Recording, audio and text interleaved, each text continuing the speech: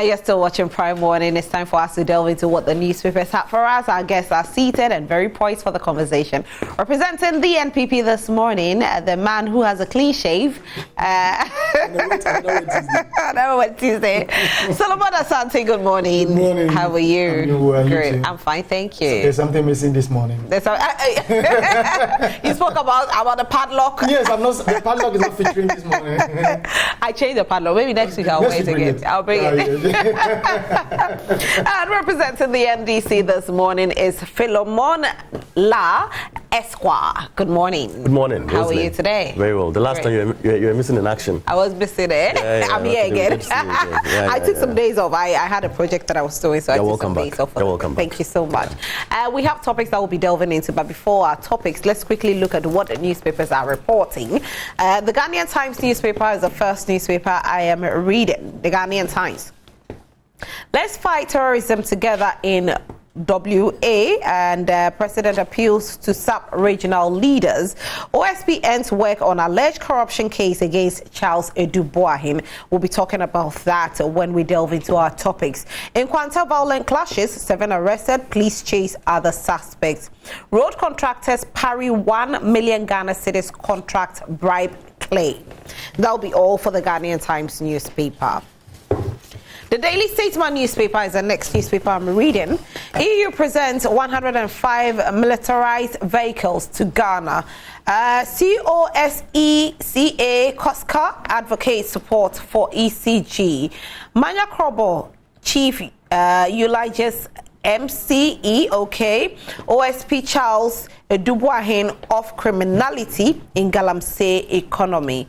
That will be it for the Daily Statesman newspaper as well. The Daily Graphic newspaper reporting the NSMQ. I'll ask my guests the schools they attended. I don't know if any of them attended Presec. Did you? No, I didn't go to Presec. Where did you attend? I went to the school that produced Justice Atugba, Notre Dame Minor Seminary. Oh, okay. All right. Nice. Solomon, what about you? Owas or? Bleu. Oh, really? Bleu. I thought you went to Owas or Bleu. Oh, I see. Gidi beche. Nice. All right, so Presec Legon wins 8th National Science and Maths quiz. Stop capping, get fund, Dr. Abi says so. VRA ends spillage, finally. $450 million manganese refinery set for Insuta. That'll be it for the Daily Graphic newspaper. The Finder newspaper, Baumia campaign refutes Kenya Japan's $800 million offer allegations. Okay. Dr. Akoto cautions against manipulations and favoritism. Internal restructuring of ECG must precede any PSP. Koska says so. I'm deeply honored, Erastus Asari Donko, and of course Erastus is our very own, and he has been honored as the GJA Journalist of the Year, and an award that he deserves more than anybody else. This man risked his life to give us stories and gave us insights into what happens in the Galamsey areas. And so kudos to him. Boahen did not breach any law. Investigation is closed, says the OSP. The Daily Guide newspaper, we are not above criticism. Jean Mensah says so. We never offered Ken $800 million. Baumia's team has spoken. Military deployed to Nkwanta over ethnic clash, and OSP clears Boahen of Anas corruption. The Economy Times newspaper is the last newspaper. 2023 budget, major stakeholders want tax reforms, and we'll be talking about that also. ADB loses financial solidity, capital adequacy ratio drops to 1%. And Ghana to end 2023 with 99% debt GDP ratio. Fitch says so. So these are what the newspapers are reporting. But one thing we know for sure is that the NPP goes to polls on Saturday to elect a flag bearer. I can't start my conversation without asking what my guests are expecting on Saturday. So let me start this conversation with you, Solomon Asante. Since in the past, you declared your stand, and your stand was not for Dr. Bawumia, but rather a candidate who has decided to go independent. That is Honorable Alan Kojo Chemating. You're still in the NPP, and I just want to know, since you are still going to vote, I want to know, who do you think will become the next flag bearer of the NPP? Good morning, Rosalind, and good morning to our cherished viewers this morning, including my senior man here, Philemon. This is a question that I've answered over and over and over, but I'll do that. We have since to keep... Today, no, the guests are different. Today is the end of the month.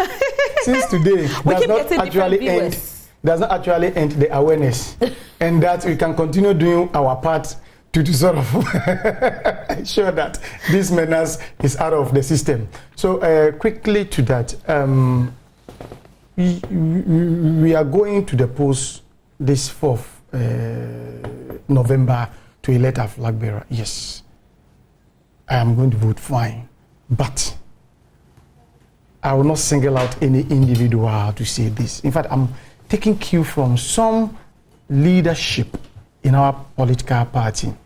First of all, I start with the regional minister, Honorable Henry Korti. Some time back, he cautioned party officers within the region that we should watch our language. As by then this thing was drawing closer, we've not started anything yet, but he started cautioning us, watch your language, watch your language, watch your language. Today, I'm beginning to understand what he meant by watch your language. People took it lightly and they started misbehaving on platforms here and there. Just about 3 days ago, it sounded a very last warning that if you don't know and you post something on the platform to denigrate any of the persons contesting on any, you'll be taken out of the... In fact, it is a high-base... It is a regional platform which includes, I mean, all the gurus that you can think of within the region.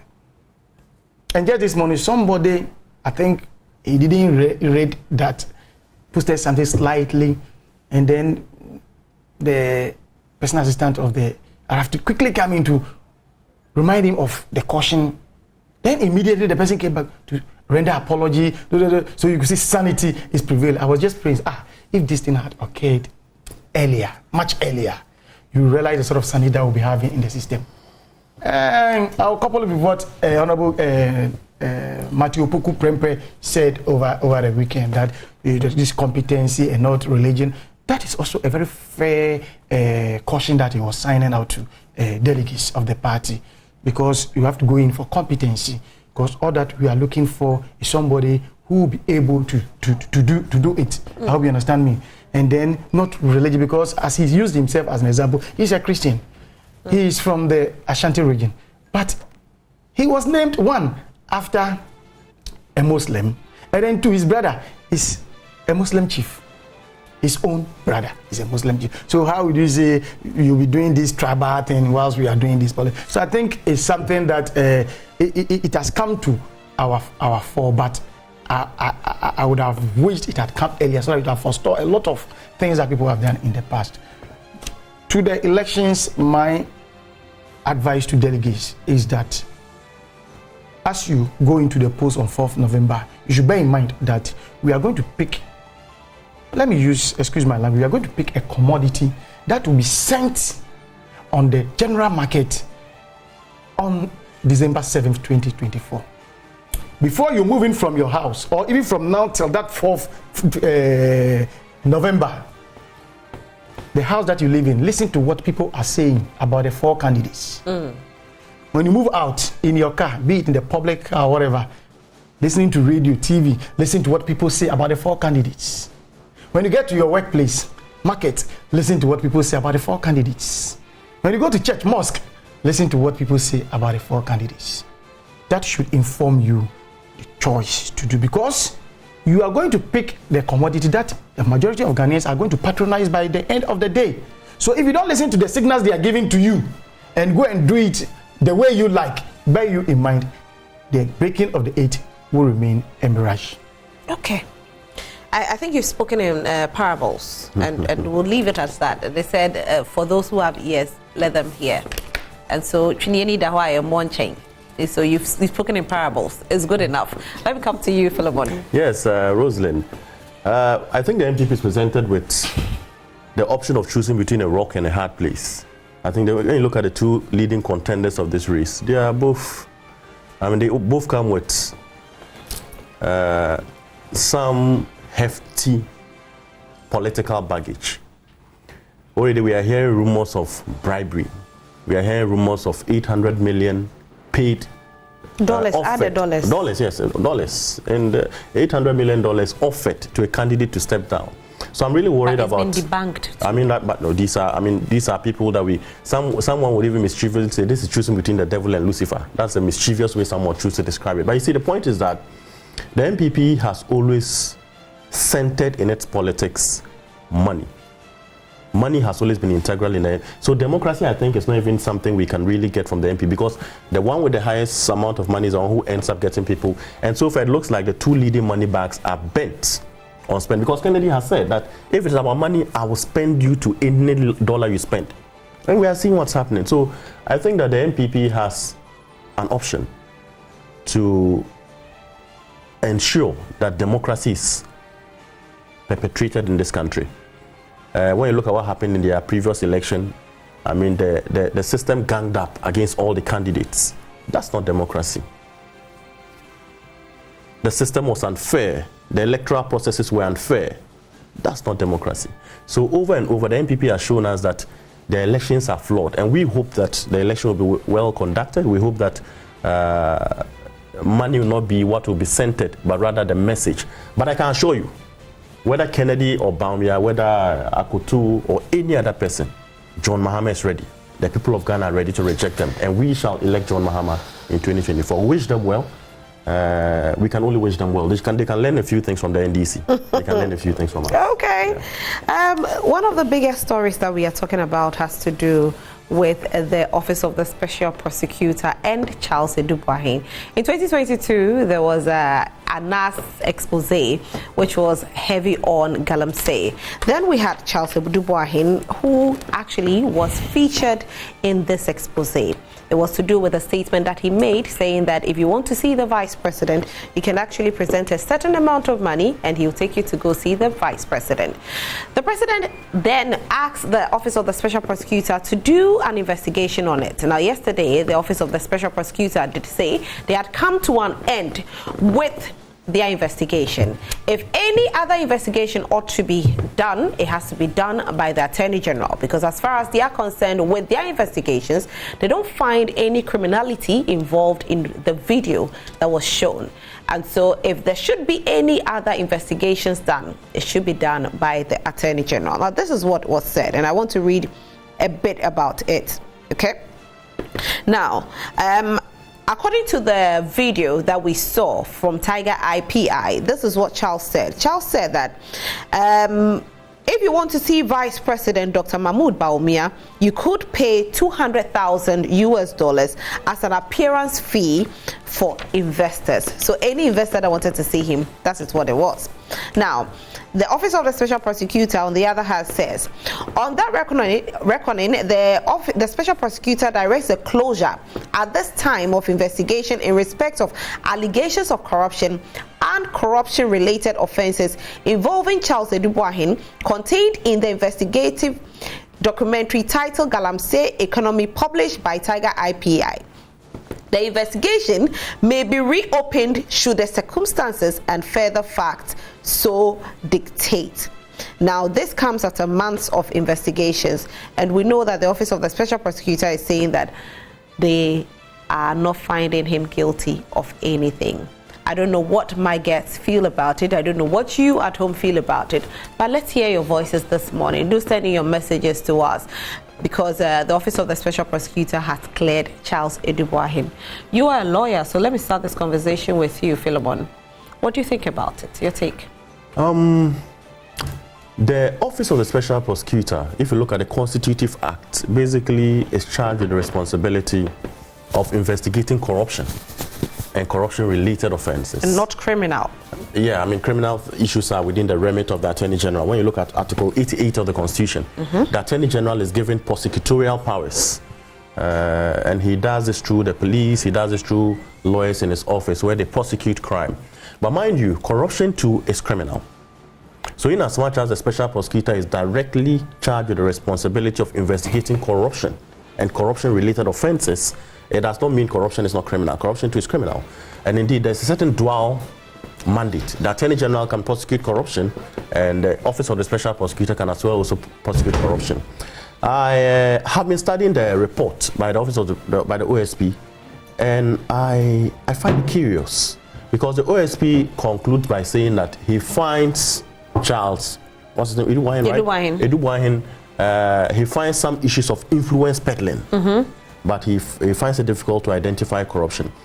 I wish that he would have still gone to court, because the point is that if you make an offer to pay $200,000 to someone in return for certain favors, it sparks of a certain bad faith. Yes, he didn't end up executing, because my brother would agree that in law, there's supposed to be a mens rea and there's supposed to be an actus reus. That means that your intention to commit the crime must be backed by the execution of the crime. So in this case, it looks like Charles Bisu, for all intents and purposes, Boahen, I'm sorry, because Charles Bisu has been there in Galamsey issues all around. I know. Boahen, the former deputy finance minister, had expressed his express intention to perpetuate corruption. Unfortunately, it doesn't look like he was able to. There was a nexus between his intention and then really going to offer Bawumia the $200,000. But I mean, when you look at this, you'd realize that this is something that is pervasive in this government. I do not think that the issue of Charles Boahen is just a lone one. I think there are several instances of people who go to influence peddle, take money, and pay to duty bearers. I am likely to draw that conclusion because when you look at the circumstances surrounding this. Is it a norm in governance? Maybe my brother can tell me if that is a norm in this government, because so far I said in governance. I didn't attribute it to any particular government. I would be the last one to endorse influence peddling or corruption related offenses to the affairs of government. Government should not do that. But is it a norm? Although it shouldn't be done. From what we have seen from that video, it looks like that's what is happening. Because it's not the first time I've heard people talk about receiving money to go and influence the president or influence some minister or influence the vice president or senior members of government. This is not the first time. Remember, there was a previous announced video where Nyantechi said he was taking money to put in his pocket and all of that. So the instances of paying money, allegations of paying money to the president and other members of government to seek influence and favor is one too many. Several examples. Could it also be that, you know, when you use the higher name, then you get the money? So maybe they just use the higher name as a cover-up and they take the money and pocket it. I would have, if you used my name to peddle influence, I'd be offended. I'd make sure that I use you as a scapegoat so nobody would want you to do that again. But look at the first time the president's name was used to peddle influence. What did the president do? We have heard nothing. Several instances where the president's name has been used, the vice president's name has been used, several other members of government have been used. All we know is that, and then nothing happens about it. So I think it's important you take decisive action. If you want to prove to the Ghanaian people that you are clean and that your name should not be used to perpetuate fraud, criminality, then be stern. Okay. Solomon, let me bring you into it. Thank you very much. From day one, in fact, let me start by going this way. We shouldn't sit here and behaving as we are angels or saints.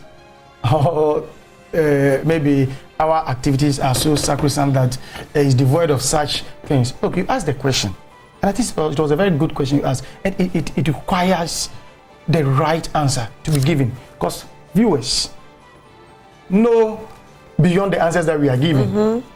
You asked whether it is a norm that this influence peddling to that, and I said unless you ask me, because and he was citing certain examples as if when it comes to an administration or governance of NDC, such does not. It's human nature. Somebody so close to Philemon, if you want to see Philemon and you know I'm close, definitely you would like, oh Charlie, your friend, I want to definitely, oh my friend this, and then you use his own discretion to be saying certain things which might not entirely be true. That is what we are talking about. So he wants to tell me that this human behavior doesn't occur in NDC. Come on. Give me examples. Oh, stop this. I wouldn't go. As I said, viewers are more discerning. When we talk about being a norm, we are not even looking at it being attributed to a particular political party, because when we look at even going to school, when you are taking your child to a certain school, sometimes you have to water somebody's hands. You know, when you are trying to get a job, sometimes you have to water people's hands. And so probably it's become a norm. No, yesterday I was at the bank. And then somebody came for, I think he cannot write the check or something, so he gave it to, and then the person went back to get the thing withdrawn for. So when the person was entering his office, this man, after receiving, and then, so I asked myself, you see, we are talking about. Is that not a thank you, rather? That is it. But you say thank you. Then what will you say? What do you say? No, I think they're two different things. No, I understand you, but what I'm saying is this: human nature. You see, people do things and they think it's normal. Coming to see CHRAJ, I want to meet John Mahama. This is it. I know you are so close. Perhaps from what I've seen, I know you are close. I'll never take money from you. I'm not saying taking money from me. But no. Don't say this. Yeah, we don't do that. Don't say this. It does happen. We don't do that. Anyway, let me go on to the Continue. substantive. Okay. This issue of OSP coming out to say they are done with the investigations about Charles Boahen, and that he's been cleared from their end. I saw it coming from the day that Anas premiered. There's a Galamsey something at the CHRAJ International Conference Center. That day, you saw how people were disappointed by it, because the way it was hyped. If you could remember, this Charles Boahen thing, we were there in our numbers, and then after the whole thing, so is this what is this? So from day one, you realize the thing has fallen into water. So I wasn't surprised what the OSP came out to say. But let's again look at the additives that the OSP brought on board with. He was saying, so it says investigations may be reopened should circumstances and further facts come to light. So it means, as you said earlier, it is not completely like he's been holistically been cleared. I hope you understand me. So we shouldn't be, let's say the way it is. From his end, he thinks those circumstances and facts which hasn't come to light yet because of that. So, but if further decision, and then he said that other agencies could also take this, over. And you have mentioned the Attorney General. Yeah. So it doesn't mean the man is, but as I said, from Anas day one premiering at CHRAJ, you know this thing has no substance in it. Because what was he saying? He was saying that the Vice President could be paid $200,000 as an appearance fee for investors. Was the word could? No. I picked it from your Joy Online. That is the word that it is good. Yes. No. I've shown you my source. I've shown you my source. So as I'm talking, I even check it. Joy Online on that. Yes, that is it. The link is there. Just said you see it. It says that he could, the Vice President could be paid, and that is where the OSP is summing it to be influence peddling. I hope you understand me. And I see it as such.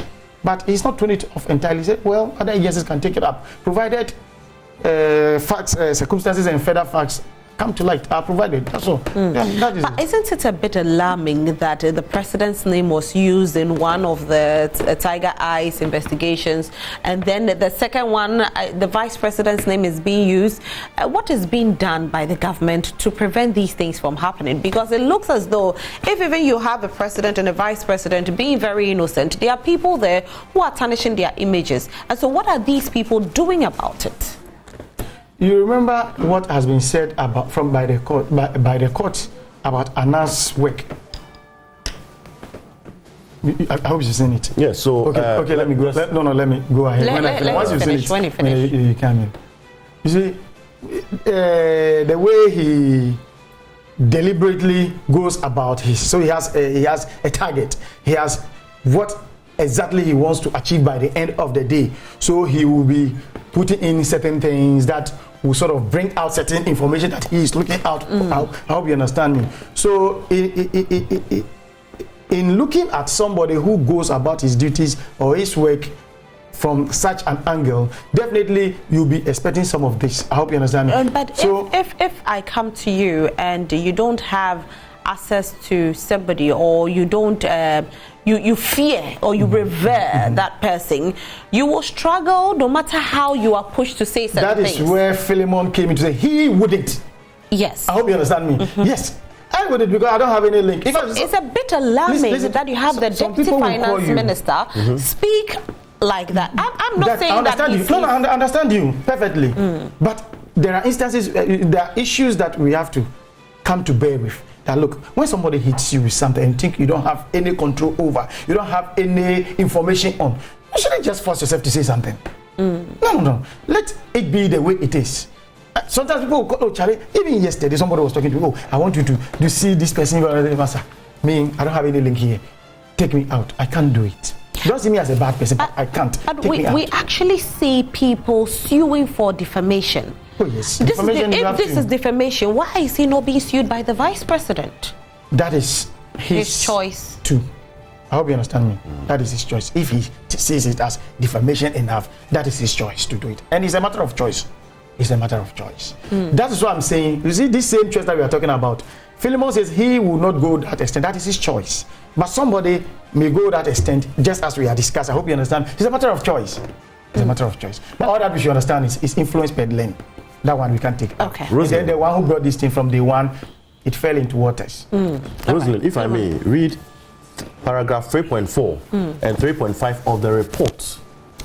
By the special prosecutor. The report by the special prosecutor. 3.4 says that the complaint also alleged that Mr. Boahen offered to introduce undercover agents to the president and the vice president in aid of establishing them as very influential in Ghana. It was alleged that the offer was premised on Mr. Boahen's stated close ties with the president, akin to an uncle and nephew relationship, and his political connections to the vice president. Now, this is the meat of the matter. The complaint, that's 3.5. The complaint further alleged that Mr. Boahen demanded $200,000 United States dollars to be given to the vice president for the purposes of facilitating a meeting to be set up by Mr. Boahen between the vice president and the undercover agent. So it's not a matter of could have. It's a matter of fact that he took the money with the purpose of influencing the vice president. So at the end of the day, the president gave him the special prosecutor is asking that the attorney general takes up. I am worried. You remember the last time? I think last time with Asidua, we had a discussion about the unwillingness of the attorney general to prosecute Galamsey-related issues. In fact, I applauded on Saturday when Erastus was announced as the journalist of the year. I think that we've not celebrated Erastus well enough. Erastus is a phenomenal journalist. He represents the spirit of this country, a spirit of fearlessness, a spirit of courage, a spirit of Ghana first. Look at how Galamsey has devastated our country. See the evidence. Look, Erastus has literally put the evidence before our screens. We all see how Galamsey has, and yet the Attorney General says that there's no evidence to prosecute Galamsey. Which is why I'm worried that the OSP asking the Attorney General to take over, I don't see anything coming out of it. Because this OSP, even in the face of evidence, has refused to prosecute. Look at Galamsey. I think there's no evidence of Galamsey. He hasn't refused to prosecute. On the he issue, says that you are a lawyer and you know how these things work. Let me explain. On the issue of Galamsey, the OSP has, the Attorney General has come out publicly to say he has no evidence compelling enough to prosecute anybody on Galamsey. Doesn't make, even you from a layman's perspective, doesn't look like there's no evidence to hold anybody to task for all the Galamsey that's happened in this country. But that's what the Attorney General is saying. The other day, we made a point about Charles Bisu that I mentioned earlier, about Ekowusi, about Oforiata, the confession to the police that he takes money of 500,000 Ghana cedis. Who takes money? Ekowusi, 500,000, confession to the police in a statement. to release excavators, and yet the Attorney General says he has no evidence to prosecute. So let's I'm just linking this up to let you know. Back to Charles Boahen, please. I don't believe in the willingness of the Attorney General to prosecute this matter. He hasn't started it. I don't believe in his willingness to prosecute the matter, because in the face of evidence, even on Galamsey, he's not been able to do much. I made a reference and I asked him to check, but that was not what he checked for us. I say from the portal of Job and Joy Online. But this is the report. I'm quoting the report. This is from. This is the OSP's report. Thank you. Itself. And this is according to Tiger PI, who conducted the investigation. So relax for me to read. Yes, it says that's on when you go to background, second paragraph of background, it says according to Tiger PI investigations, I have Mr. Boahen told undercover journalists that Vice President Dr. Mahmoud Bawumia could be paid. But the word was could be from Tiger IPI. So let me help. Could be. Let me help here. It's not a quoted statement. It's not quoted. When you quote. What you quote is different. It's not quoted. No, you don't need to quote. And what do you mean if you say according to? So wait. I'm talking the source document. This is the source document. No. You are. Gentlemen. You are talking about OSP. I'm talking about Tiger Eye. Gentlemen. Not quoted. You are talking about OSP. Wait. This is Tiger Eye. Solo. It's not quoted. That brought all this. This statement here has no quote. It says that. You don't need to quote. No. You say according to. Wait. So when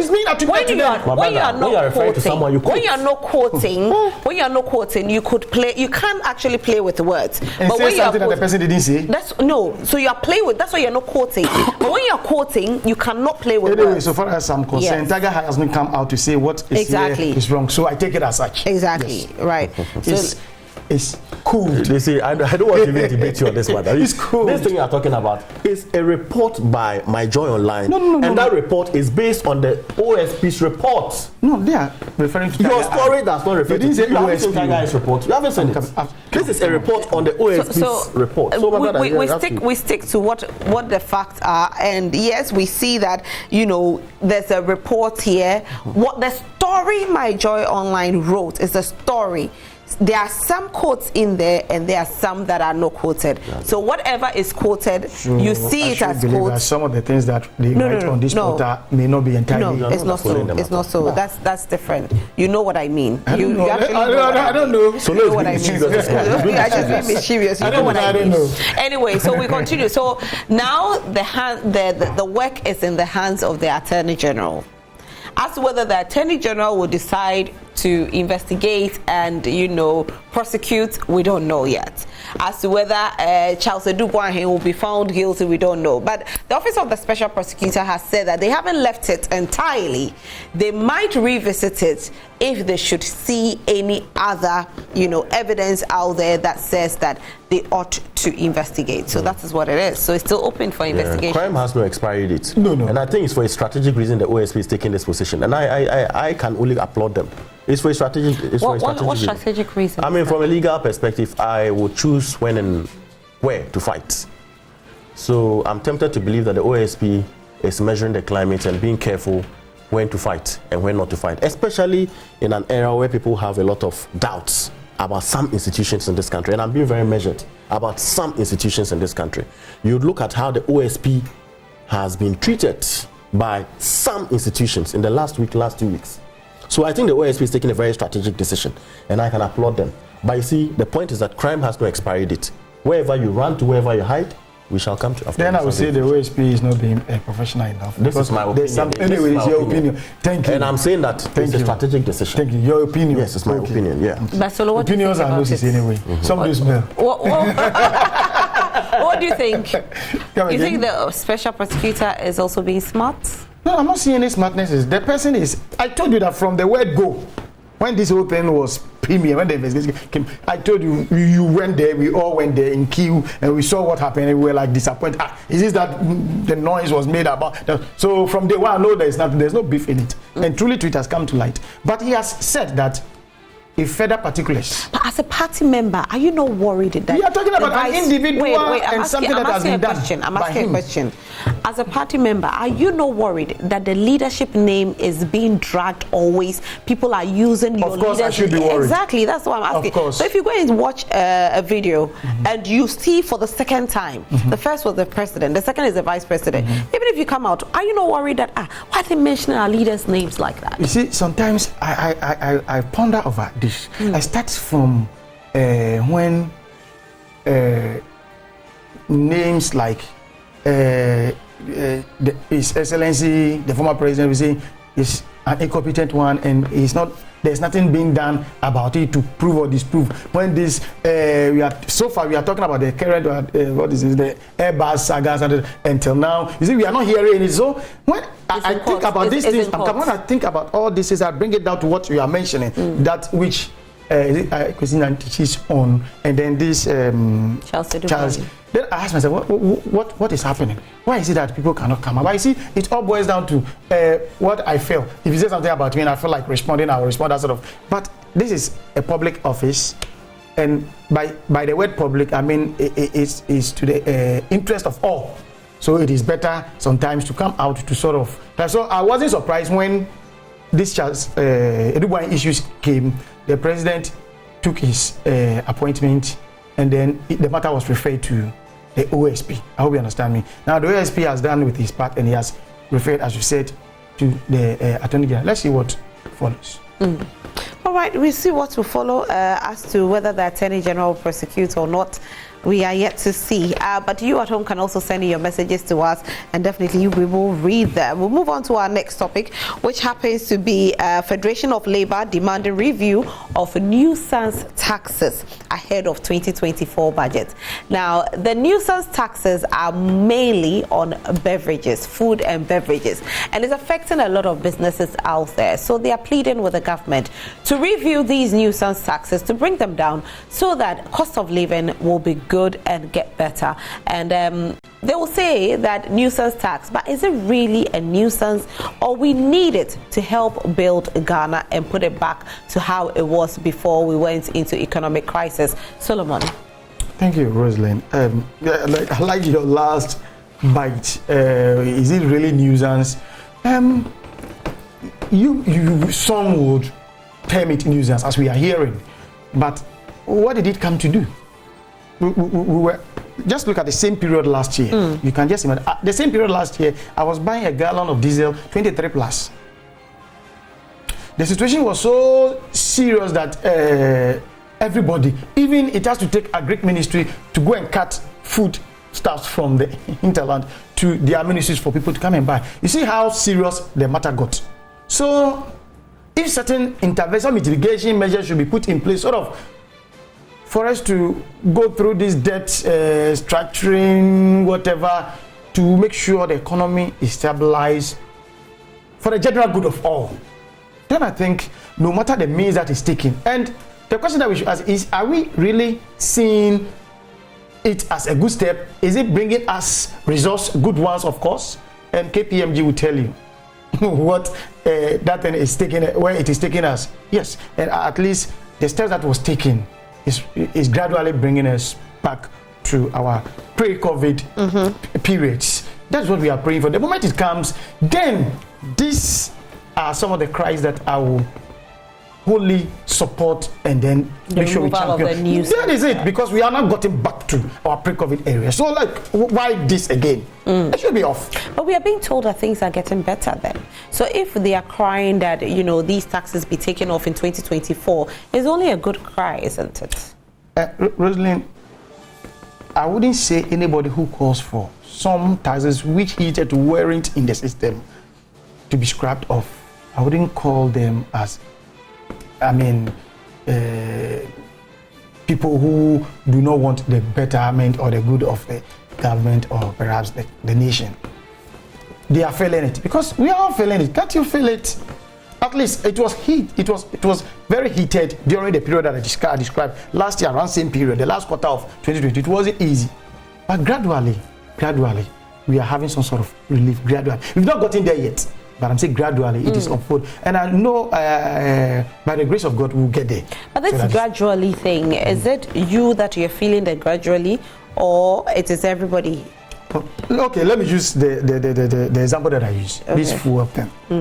You were buying same if you were to be using diesel. Even though you using diesel, you were using super, you were buying it at a higher rate as compared to now. I hope you understand.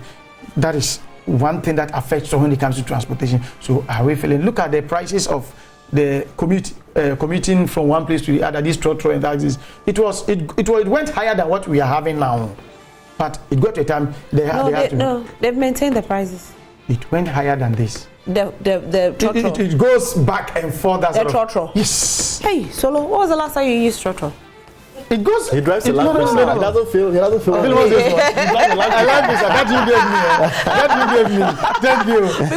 Because it goes back and forth. No, because I know when they increased it, where people who were paying 1 cedi 50 pesos and he increased to 5 cedi, they are still paying that 5 cedi. It hasn't dropped. You're not gotten there. I'm saying we haven't gotten there to our pre-COVID era yet. But should even drop to 3 cedis, but I still have 5 cedis. I'm saying we've not gotten there yet. Yeah. We were in this country when it was announced that the unions should, I think it's a 15% or 10% reduction. They turned deaf ears on it. It was not done. We are in this country. It was not done. But prior to that, prices were increased and it was also decreased. We've experienced it within that period. We experienced it. That's what I'm saying. It goes back and forth. It was increased, and at a point the thing drops, and then they have to drop. Yes, we experienced this in this country. But I'm praying that with the information that we are getting, with the signals that we are picking, things will be better soon. We are hoping so. But we are not there yet. Because our city is still not though it became stable for some time. Right, I started shaking again. That is it. That's what I'm saying. We are not yet there. We need to. There's more room for improvement. Philemon. Yeah, at the core of MPP's campaign in 2016 was that they were going to scrap nuisance taxes. And in 2017, they made an attempt at reducing, but they have reintroduced the taxes. So this is a government that promised to do something and have reneged deliberately. I'll give you a few examples of nuisance taxes that are there now. Hotels. We pay VAT on virtually everything in this country.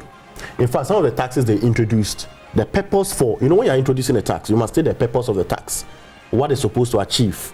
And after its achievement, we'll know that this tax has achieved this purpose. You look at the energy sector levy that was introduced by this government. We have finished paying our energy sector debt. Why is that tax still there? We finished paying it, haven't we? Why is that tax still there? You look at the fuel marking margin. This particular tax was there when TOR was operational. They have come and collapsed TOR. The Taba oil refinery is not working. Staff have been let go. The place is like a cemetery, nothing happens there. But yet you are taking the fuel margin, marking margin as tax by this government, and yet nothing is happening. You look at the special petroleum tax. What is so special about petroleum in this country when fuel prices are so high? So there are several examples of taxes that have been introduced by this government, especially on the back of the fact that they promised to take away nuisance taxes. I've heard, in fact, the only thing I agree with Kennedy Japan on is that hotels can be cheaper in Ghana, because when you look at the price, hotels, it's so high, excessively high. Can I ask this question, because you mentioned TOR, if you don't mind me asking, what is happening at TOR? Because it looks like every government cannot handle TOR. Okay, I'll tell you what we did when we were in government. TOR is the Tema oil refinery. Yes. It has a duty to refine oil, crude, pure natural crude oil that has been there. And since Ghana struck oil, we've attempted, but we've not been able to do much. But at least I can tell you that when we were in government, under the leadership of Kingsley Ewadako, the only man who was MD of 2 state agencies, he was there for the bulk oil storage and transport, and he was there for TOR. And he efficiently ran these 2 organizations. What we are hearing, and I just want viewers to be able to draw the lines. They came on the promise that they were going to revive TOR. TOR that was even functioning under the NDCU. They said they were going to revive TOR. We said, fine. We inherited TOR and put in the efforts at making it run. We had invested in trying to get, in fact, refinery even started. Some bit of refinery started. And they said they were going to, only for us to now hear that TOR has collapsed and that a Chinese company, which is said to be affiliated with senior members of this government, has come and now set up a refinery and are taking steps at breaking the operational capacity of TOR. As we speak now, even the haulage of fuel, which Bost was exclusively responsible of, this government has given it to a Chinese company. As we speak, a Chinese company is now the one transporting oil. A+, you remember A+ was one of those benefited from that contract. This is something that should have allowed for citizens to do. That if Rosalind gets a contract to haul fuel products from, say, Tema Oil Refinery to Bolgatanga, you are able to make some profit. Now they have given it to Chinese people. This government has done that. How do you expect TOR to try to survive when you are breaking down TOR and handed over the refinery of oil? So that's a problem with TOR. It's a big problem. Okay. Because they've given it over to a Chinese company. Solved. I mean, TOR was working when the NDC was in power. That's what I'm saying. But you had issues. There were issues, and we're working at reviving it further. But they promised to improve on what we did. Okay. Nothing has happened. But you couldn't revive it because I know that the first few years that NPP came into power, they actually revived TOR, made it better than when you left office. Which year are you talking about? Is it 2017? 2017, 2018, 2019. So what happened? To I mean, they've had issues. They've hit a roadblock. We understand, but I'm just saying that we've seen that. So I'm explaining that. Yes. TOR was running under the NDC. That's a fact. And it was running under them as well. And I'm saying that based on a certain nepotistic organogram within this government, they have collapsed TOR. Okay. And now a Chinese company is now responsible for the refinery of oil. Okay. And even the haulage of oil. All right. Now let's move on to our nuisance taxes. Exactly. On that TOR issue. Solo. Yes, please. You see, where sometimes I'm not comfortable when we try to politicize certain issues of national concern. We could have solved this, but help give an idea as to how governments could sort of do if we had not introduced some political sentiments in. You, and I always say the viewers, you, the host, you see, it's like you are privy to some of the happenings as the power transitioned from NDC to MPP, because you've alluded to the fact that when we came with it, under Isaac Osei, we know that MPP fixed the problem. There was a problem at all. MPP came and fixed the problem. But you asked a very intelligent question that it seems there's a problem with that every government that comes could not handle it well. And that is where we should tackle. Yes, it's true. It was a failure, though they did their part under NDC. It has become a failure, though we also did our part when we came in. I hope you understand me. We have to accept that and then see, okay, as a nation, how do we come together to make sure this thing is rectified? What are the problems there? It's just like Ministry of Sports and Youth and Sports. Every government that comes, the minister that is the first minister that goes there will have problems. People will conclude that there's a cartel, there's a politics in there. So what is in TOR? What is there? This is how we should approach it. Than politicizing. That will take us off the solution. Is that a solution? Oh, I'm not saying that. No, he's not saying that. That's not what he's saying. That's not what he's saying. That's what you see. He made a point saying that there's an issue with TOR that we as Ghanaians must not politicize it. But the point is that people have bigger responsibilities than the rest of us Ghanaians. Yes, we have responsibility as citizens. Then we don't have but any you are the business government. Here. You are the government. We have business doing here. You are the government. You owe it to us as citizens. Philemon, my question had to do with what the problem is, because government upon government, we find issues with TOR. So what can be done? And he is saying that it's beginning to look like each government is failing with TOR. So can we have a holistic way of solving it? Holistically, we started investing in infrastructure. We started looking out for a system that allows for the best experts to come and contribute to the revival of TOR. That's what we started. Admittedly, they also did their part. But the point is that if you have gone ahead to mortgage the future of TOR away, what more discussion should we have? Are you going to break down your Chinese investors now? Rosalind, is that what you're going to do? Rosalind, because let's continue with our nuisance taxes. I'll plead with you. This is a very good issue of prime national concern. And on such a Joy Prime morning show, I'll plead with you if we can have a platform to discuss how, first of all, identification of the problem there. Just talk. So we come and see how we can. Thank you. I think it will do what that guy. You see, this is the rhetorics. By saying that 8 years, Philemon, what I think the problem is money. Okay. It is money. This is a place that everybody wants to chop. and goes and chop and chop and chop and chop. So this is beyond politics. This is a case where we have to come together because when toll works, we all in Ghana benefit. Right. And the beneficiary is not just about a political party. And so let's look at what Solomon is saying. It makes a lot of sense. Rosalind. I get your point that they are in power. Yes. They should make sure it's done. Exactly. But the whole thing is that, yes, as they make sure it's done, can we also look at having a holistic solution No to doubt it? about that. But you see, the point is that if you're in a government, if you're a government, they used to say, Prof. Mills was Prof. Doolittle. You have the responsibility to lead. So if you've identified that the problem with toll is chop, as you put it, what have you done in 7 years to solve chop? Is it the same chop that's happening in government that you have allowed to happen in toll? That's Rosalind's Anyway, view. I would have expected identified it as a problem. Rosalind's Work view. on it. Perhaps it's not the view of the government. I hope you understand me. Yes. So let's come and let's sit and continue. discuss. Let's identified what the issues are. Let's continue with our nuisance tax. That is what I'm calling Which for. I failed to do. That's the point I'm making. That's what I'm calling. Wait, but There's he's always calling on the government. Let's do it. Yes. You see, he has not. I am agreeing with him that Yes. the government has failed in solving the problem. Just like the NDC But he did. said- he Yes. said the same I thing. said the same thing. So what is the beef here? Or you were expecting him to say that they have not failed? Oh, they have failed. He agreed. Just as you also did. Yeah. That is it. But I'm saying the two sides have failed. Let's sit down. Let's bring ideas. And they have First of all, let's given identify the Chinese. problem. The problem is ongoing in They there. have given Wait. the duty of refining So- oil to Chinese companies. Philemon. Even the haulage of transport. Philemon, he's agreeing with you. Right. He has not debunked what you have said. Okay. He's looking at it that, okay, this is the problem. Can we solve it together? Because my government has failed. And your government also failed at a point. So let's see how we can solve the problem at all. So we move on. The NDC did our best. Okay. And Let's we also move did on. our best, which is attested by even Rosalind here and some other guys. Let's move on to our nuisance tax that we are talking about because it looks like we diverted a little bit. Yeah, so on the issue of news, I was making the point I about thought you hotels. mentioned COVID levy. Yes, COVID levy is even one of them. COVID I levy mentioned the is issue one of thing hotels. that anytime I'm paying, I ask myself a lot of Why? questions. Is COVID still there? But this government is still taking COVID levy from us. So it's like in biblical times, those wicked kings. Biblical time, we had wicked kings who were taxing their people even to death. It appears that's an allusion, a biblical allusion. I'm alluding biblically. The fact that this government is taxing us to death. They say they are taxing A when in actual fact we don't know what the money is being used for because what they are taxing us for really is not operational. I was making a point about hotels and how expensive hotels have become. Just because of the litany of taxes that this government has introduced. You look at the ports. Now businesses are unable to import.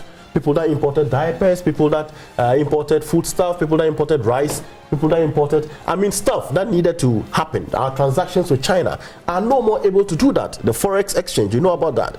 Our exchange with the dollar is so high.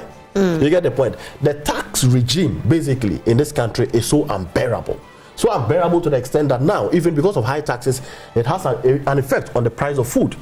Common commodities, salt, rice, sugar, yam, tomatoes, onions, garlic, basic food commodities are now so high just because of the tax regime, because there's a ripple effect. But one other important thing is this particular taxation on oil, on fuel I already mentioned the energy sector levy and the litany of taxes under petroleum products. It's so high that it has a ripple effect on everything that has to do with our way of life. Coming here, I had to fill my tank and I cried. Because just about 3 or 4 years ago, I didn't have to spend that much to fill my tank. How much did you spend? Just tell us. I won't ask you the type of car you use, but you can tell us.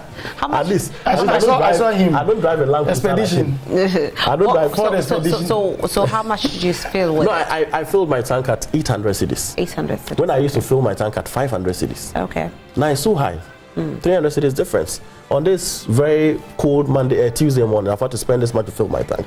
So we are suffering the brunt of it. Affects us. My producer says I should tell you how much I feel for my car. I don't fill my car. I can't fill my car. Charlie. So times are hard. Now are very yeah, because I used to difficult fill times. my car. I think back then it was 600, but I think right now I can't fill my car. I don't fill my car. So that's how bad our country has become. As much as we're laughing about it, it reflects how the people of this country are suffering. I'm sure viewers would agree. The government has drained down everything that has to do with our economy. Is it just the government, or we could also attribute it to certain things that have happened in the world? You compare people. It's an overflagged horse for you to keep telling us that COVID struck years ago. Other countries have gone past it. COVID is now the new normal. It is not enough for us to keep saying COVID and COVID and COVID. I've heard them say Russia, Ukraine, and now I'm even hearing them talk about Israel and Gaza. That's the excuse they are giving. But I mean, those are very simplistic. But those things are true. To make.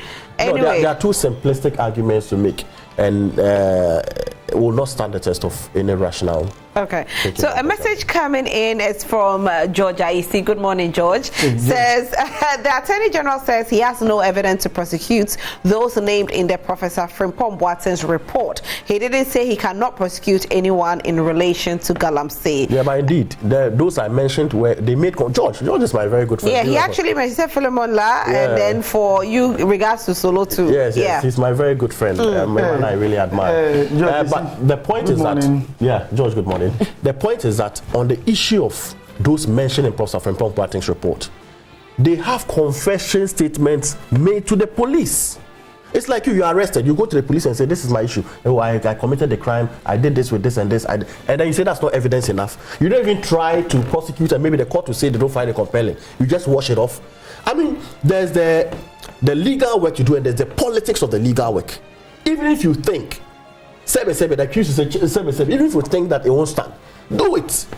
But here's an Attorney General who, look, this guy has shown time without number that he's not committed to the cause of justice. Because he's not only an Attorney General, he's also a Minister of Justice, and he owes the people of Ghana justice. And part of that justice is to ensure that people like Ekowusi and all the other people listed in the Frimpong Boateng report are prosecuted in courts. All right, so this nuisance tax that we are talking about, don't you think that we need it to help get out of this? No, we don't. We don't. Because they promised that we're going to do away with nuisance taxes. But what is nuisance taxes? A nuisance tax basically is a tax they introduce in small quantities.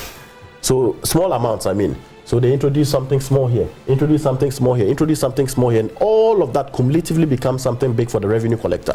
But I see that's a lazy approach to governance. Very, very lazy approach to governance. You do not run a country by taxing the people to death, collect their money, and then go and spend it. That's not how to run. This is a government that promised that we're going to introduce one district, one factory as a means of industrializing Ghana. What has happened of it? Nothing. So the point is that you need to be able to expand the frontiers of your economy such that you can produce things locally. You need to be able to do that. Once you're unable to produce things within your country and all you have to do is import and import and import, your economy will not grow. But this is a government that has failed in that regard. Even now, I'm told we import Gari from China. Gari from China.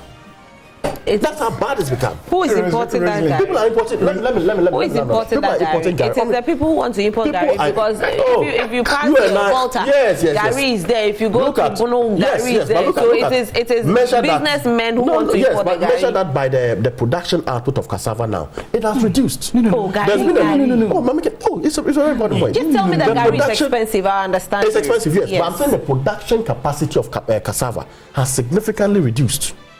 And we know cassava used to do Gari. You get the point. So basically we need to be able to, as a country, climate change that is causing that?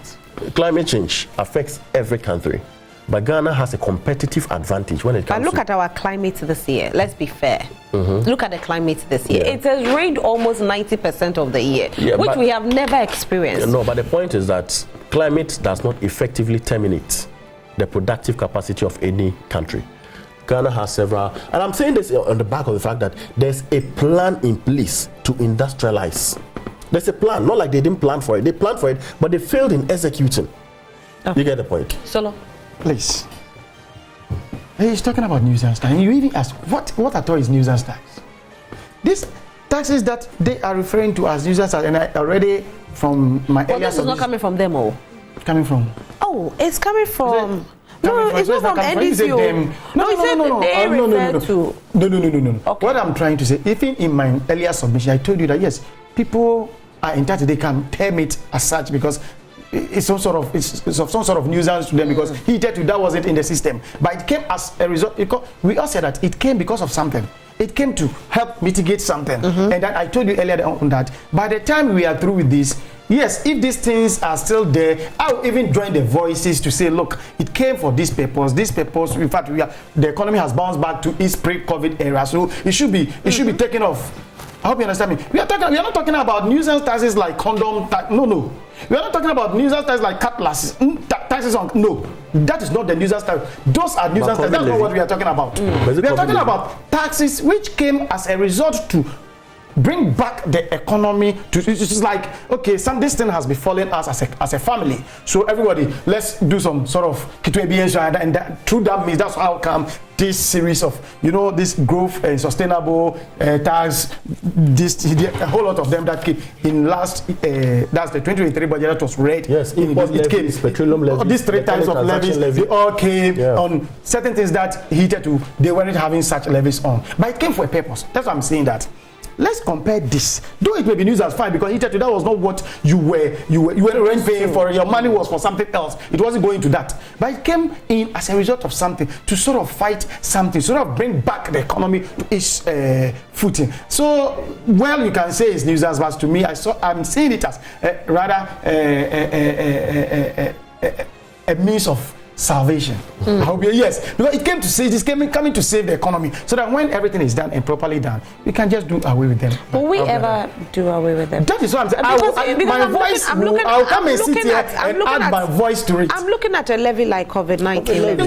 This thing is not gone in my thinking. In your thinking? I'm coming. This thing is not gone in my thinking, because it's like, yes, COVID is done. We are done away with COVID, but the levy is not gone, because in fact, we need more to sort of put to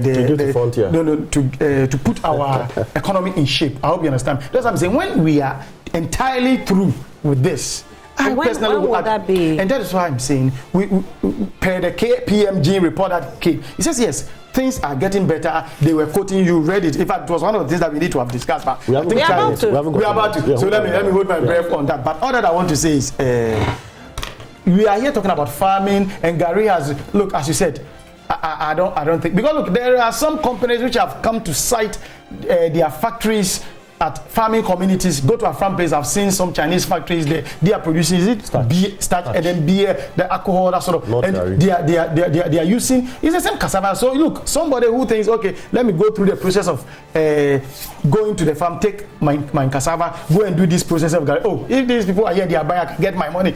So the diversion will go. But that doesn't also mean cassava, Gary has gone on that rampage. But Gary is expensive now. Fortunately, yes, it used to be. Unfortunately. Fortunately, just yesterday, somebody called me. It used to be 10 Ghana cedis. Now it's Olonka. Now it's 40 cedis. And the Olonka, when you're mentioning it, the Olonka, we have Olonka and we have Olonka. The Olonka, when those who sell it in hinterland, just this whom I say, I have somebody who supplies, and he will tell you that small paint rubber, that's the blue and the white cover. That one is more, is 1.5 of the Olonka. Yeah. That one, as she called yesterday, she said, oh, now it has dropped to 26. But barely 3 weeks ago, it was 28. Where in the hinterland? Not so much hinter, Amanase here, just before soon. But if you come to Accra, it's 40 cedis for Olonka. You see, and it used to be 10 Ghana. That Olonka. Olonka is 40 cedis. What's the last time you bought 25 cedis just this Saturday, Friday. My brother. At Boboloshi. Come on. Yes, I deal with it. I deal with it. You don't go. Wait, gentlemen. When you open the phone, I will tell you. It is not 25 Olonka, not the one I had done the rubber paint to. Okay. The metal, that thing, that tin Olonka. Yes, it's 25 we'll go at Boboloshi. Now. Okay. You viewers can share that experience. I bought some Solomon, this can I read Friday? Please, thank you. Isa Damba says, good morning. Please greet your panelists for me, especially lawyer Philemon La and General Amin, Northern Regional Vice Chairman, NDC. All right. Akisme Seshi Bekwai says, only in Ghana, no evidence against politicians' work. If you present video, they say it's doctored. If you present pictures, they say it's Photoshop. If you produce documents, they say it's falsified. What will then work? We all saw the video of Tiger Eye investigation, and it was clear Bisu was caught and handed in corruption. But yeah, Miyem Crash, me regards to Honorable Bright as Samuel Brefo and Chairman Nanaya Oberima, the unifier. Okay. So you at home can also send your message to us. You can actually send it to us on Facebook so that we can read it. Okay, so we are streaming live on Facebook. The name there is Joy Prime. Just go in there and read it. Yeah, I don't want to talk about the KPMG, so let's quickly or briefly talk about it before we end the segment. Now, KPMG is saying that government actions are beginning to show marginal economic stability, meaning that things are getting better.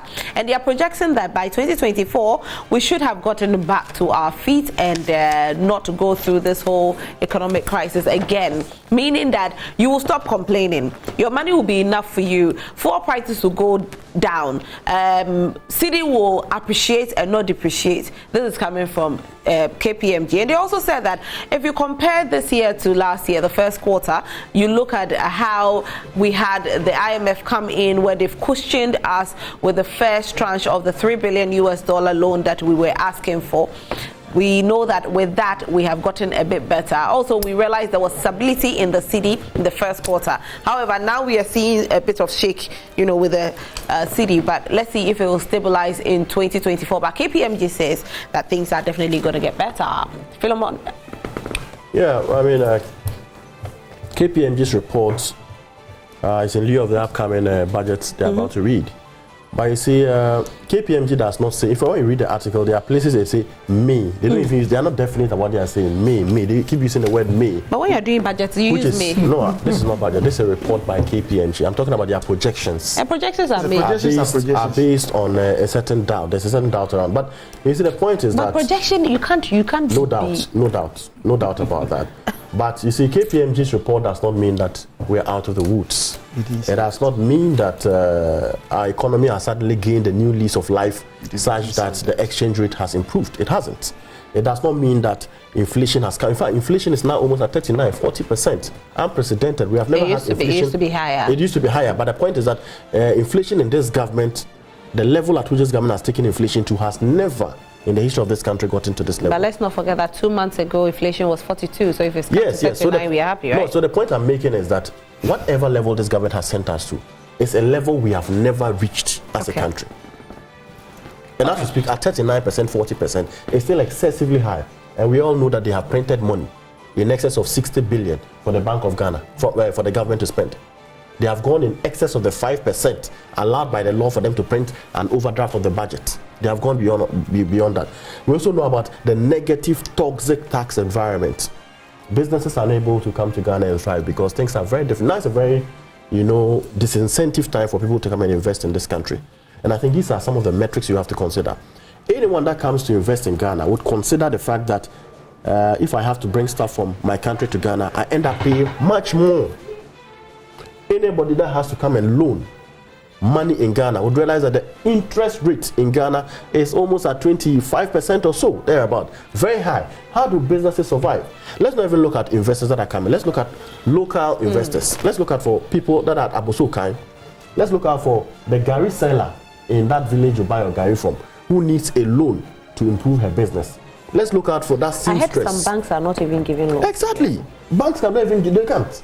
Because the business climate is so bad. Now when you are filing for a loan too, sometimes you are charged. You are charged a percentage. It's a fact. No? It's I'm a just fact. saying. So this is how bad, it's a fact. This is how bad our country has become. A seamstress, I know a seamstress who called me the other day from my constituency, who is about passing out of her graduates. Yes, of her apprenticeship program. And she, in fact, one thing I found very profound about her, she didn't call me to ask for money to buy a machine. She called to tell me that she had made efforts at the Bestfa Rural Bank. In Garo constituency, there's a Bestfa Rural Bank to get a loan. But she had been confronted with all of these challenges. The interest rate is so high. So can I give her suggestions on which bank she can go to get some? And she promised to work hard to pay. I felt so bad because this is a country that has disappointed her. Nobody. This is a country that has disappointed one of its daughters. People want to make a living for themselves, decent living. They want to work hard, but yet the system cripples them. I know that the Abosokai people are some of those who contributed money. In fact, at the point they even reduced prices of spare parts, just so the Ghanaians will say that, oh, things are because of Nanado. Today they have been given a raw deal. Just about 2 weeks ago, the Abosokai people sent notice to the government. You better reduce your taxation regime. That was like a month or so ago. Yeah. Reduce your taxation regime on spare parts, or we are going to protest. Or we close our shops. We'll close our shops. I mean, things are so bad. Rosalie, when I speak about this, I speak from a place of pain. Pain because people can just not survive. Let's not even go into the issues of people who cannot pay the fees of their children. People who cannot afford a decent plate of food. Not even for themselves, but for their children. I saw the heartbreaking video of that former GN Bank worker. That must have been a few years ago, but the conditions then are still alive today. He has to run away, he has to hide, because his children will ask him, Daddy, come to me. So the KPMG report, as much as it comes out to say there's a certain marginal, in fact, listen to the word, it says marginal improvement, but it does not in any way show that we are out of the woods, because fuel prices are still high. Gari that we all eat is so high. Oh, look at 40 Ghana. I mean, basic commodities, salt is now very expensive. Solomon says it's dropped to 25. It's not true. Oh, it is. It is not true. Oh, maybe where he bought it from. Not where I buy. Let's just mentioned the market. It is a very popular market. Let's be fair. He has been there, and he's on his 25. Get this Friday. Where I bought it from is different. So let's just be fair. Yes. Look, about barely 3 months ago, it was 30 cedis. My brother. And then I think 6 weeks ago when I called, it was 28. But yesterday the lady called me. It's 25. Says that have dropped to 20. Exactly. 6 cedis. Which I believe you, because every market is different. That Olonka is the blue paint rubber with the white cover. But the one at Blues, which is dropped to 25, is that 10 Olonka. That 10 Olonka. The fact which 1.5 of it fills the paint. Okay. The fact of the matter is that the dynamics. But now let's look at this. Let me land. He'll finish right now. He'll finish right now. He's taking quite the fact of the matter is that the prices of food stuff is excessively high. Cameramen, my people here, we all buy food, don't we? Our viewers, we all buy food. Things are so expensive. Let's put aside guy rice. Rice is so expensive. Salt, expensive. Pepper, we don't even get it. Onions is even has to be imported from Mali. Anyway. Onions even has to be imported from Mali. Philip, so at the base of all of this is that KPMG may come out to say there's a certain slight improvement, but the people are still suffering. It's not reflecting in our packets, and not until we fill it in our packets, nothing is improving. Okay. When I met Philemon, I heard the name Philemon, and then I put mine by it's Solomon. I saw there's a Mormon. But I don't know there was also a different. There was a Philly, which is quite different from a Solo. Look at this.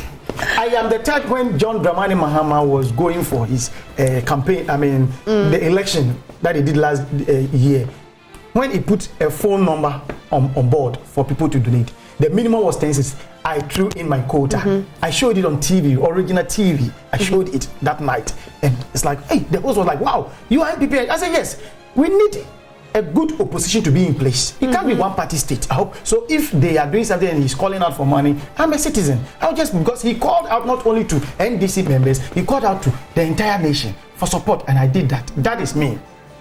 It is not MPP person doing it, but I threw in my support.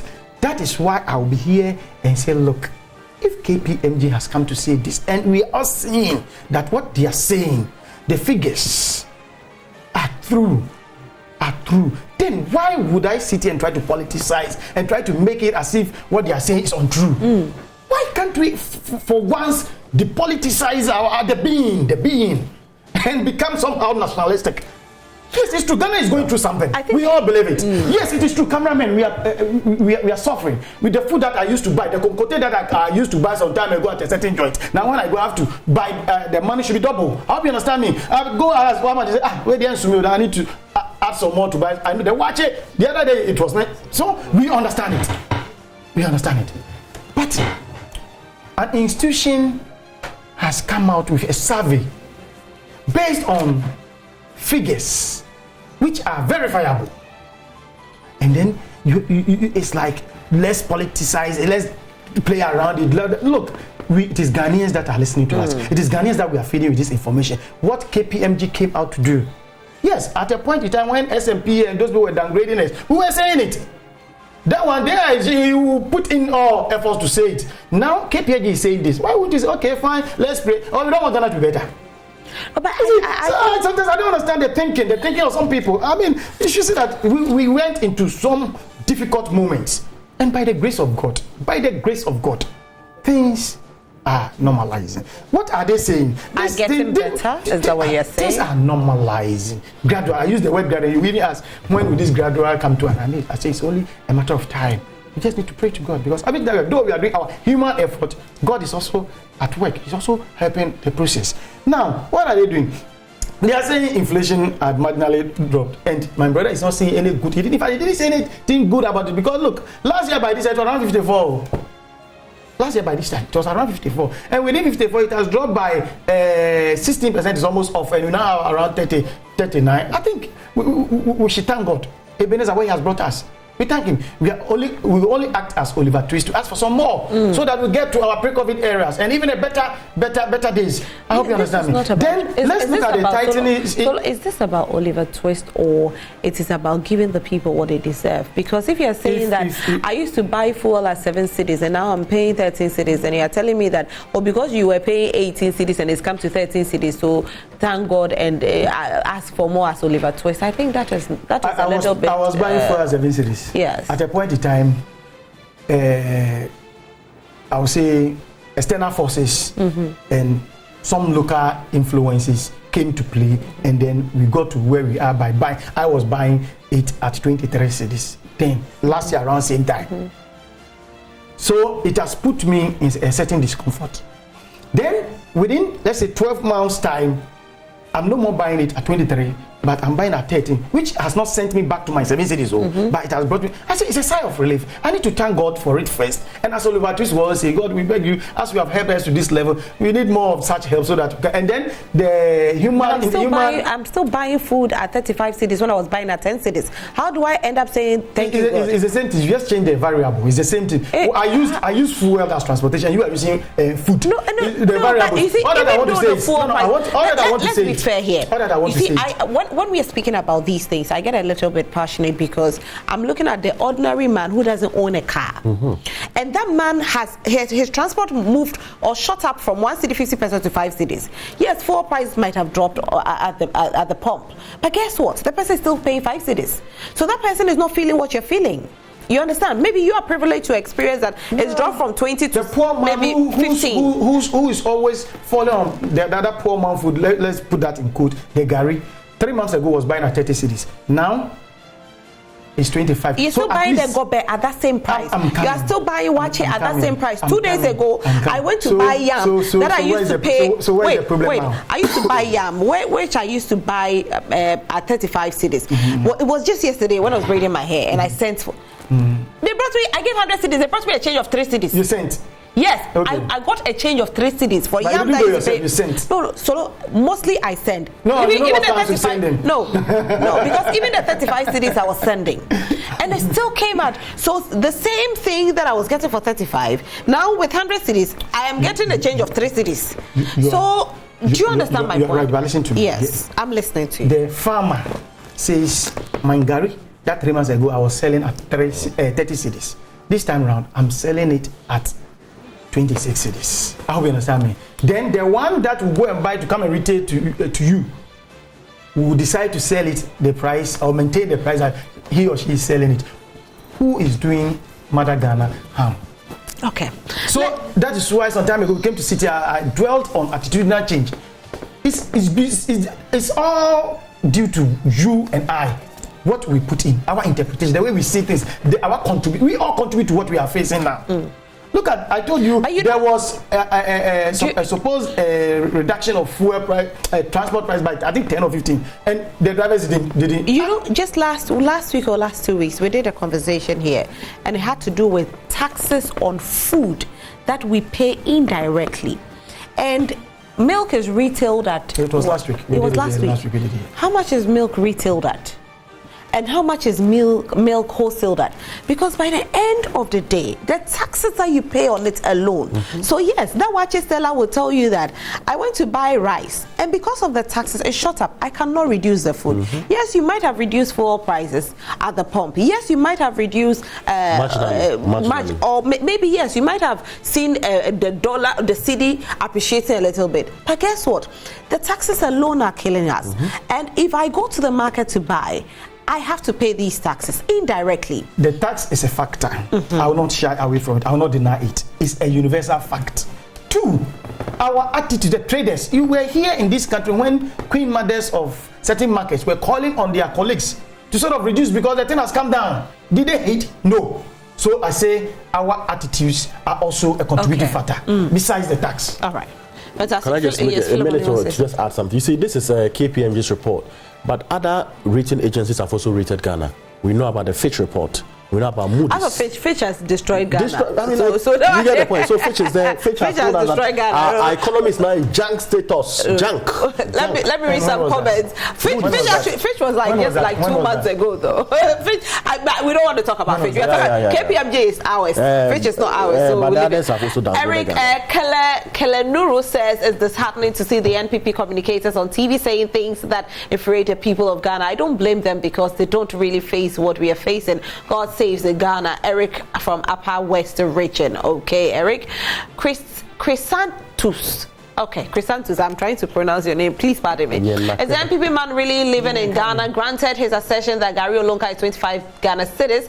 Is it every ordinary Ghanaian who can afford 25 Ghana cedis Olonka of Gary? He should not insult Ghanaians. Gradually, we are getting there. You said gradual. I didn't say we've gotten there yet. Yes, you did. Gradual. Yes. So you should get me right. Yes. Daniel Akpaliok says bribery and corruption in many of the government institutions has escalated to alarming rates under this government. The worrying part of it is that no officer has severely been sanctioned in this country because of corruption. Rosalind, I've applied for the Ghana Armed Forces last 2 years and I went to Accra for documentation and body selection. Soldiers were asking me whether I have called my MP before coming for this process. Unfortunately, I had not called any big man concerning this recruitment. Oh, Daniel. So was he denied? Was he denied? From what he's saying, I think he was he says denied. Applied 2 times and hasn't gotten it. It's a process because I thought persons were enlisted to the military by merit. To cut this long story short, I have not been shortlisted and now we have to pay 1,500 and 15,000 to 20,000 to be recruited into any of these security services. This government is an epitome of corruption. The person who takes it. No, confess can away. No. You should get. Look, you should get. You are talking about so easy for them. Godson Jonathan Mauli says, "Good morning, everyone. Please, I beg you. I'm a professional bread maker, baker. I want to start up my own bread business. Please kindly help me so I can buy 1 bag of flour and margarine. So, please, so I can start up something. I have my gas oven already. Thank you for your help. God bless you." Okay, Godson. I think we'll try and get in touch with you. Okay. So what he needs is what? He needs flour and a bag of flour and margarine. All right. Any of you going to donate? It's something, but it's something we can look at definitely. Okay. My brother, it's something we can really look at to help our sister. Sure. But you see, sister, it's a man, Mauli. Oh, it's a Mauli. So we'll support. No, it's Jonathan. Okay, fine. Jonathan. But you see, this is a government that promised that when they come to power, they will scrape the cost for application forms to the security agencies. This is a promise by this government. Well, they promised it. It's true. But people are even crying that everything is online. Why is everything online? The common recruitment to online. So, and some are even hitting the vice president in this campaign that because he told party people they should go online into his election, he will go. I mean, I hope you understand me. So it is true that the government brought this online thing, which even our people, our boys, so they are not taking the money. Not satisfied. So they are not. That's what I'm saying. That if we should get people to sort of go into it and then get those people within the security agents who are doing that will be apprehended. Okay. So it's not a good practice at all. Okay, good. The point I was making is that the NPP promise that there will be no application forms. It will be free, whether online or physically. You don't have to go and pay 300 cedis or 500 cedis at the bank to get a voucher to make an application online. That was your promise. But today you are still charging people. The young people of this country want to serve our country in uniform, have to go and pay 300 cedis. I'm not even coming to the corruption aspect of it. I hope that one day, all those that are in this work, are we not in this country? Voucher, oh my God, that voucher. You need to go and pay, just like school. You need to go and pay for it before you can go online. Okay. But the promise was that it was going to be free. It wasn't free. There is nothing like free. Prove it. Prove it. Hold on. Samuel, you need to get Samuel who came up and say that and get that voucher. It is untrue, please. Okay. It is untrue. All right. So with this one, in particular, I don't have facts on it as to whether it's true. They said it was going to be free or not. And so for that, I don't know. But from what Daniel Akpaliok is saying, we'll look into it and see if that is true, and then we'll bring you more information on it. But thank you so much, gentlemen, for being here today. We are super grateful. If your platform can help Akpaliok, I think it will help. Let's get that done. We'll try and get to the bottom of it. Thank you very much. We'll try. So if there are any other people out there who have experienced it, let's hear from you. But we'll look into it and get results to it. Thank you so much for being here, gentlemen. Solomon Asante represented the NPP this morning. and Philemon La Esquire represented the NDC. Philemon, are you okay? I'm well. I'm Great. well. Okay. At our next showing, I promise you, I'll show you a screenshot of it, just so I prove to you that you promise the people of Ghana you are feeling. Okay. All right. Thank you so much for being here. Super Absolutely. grateful.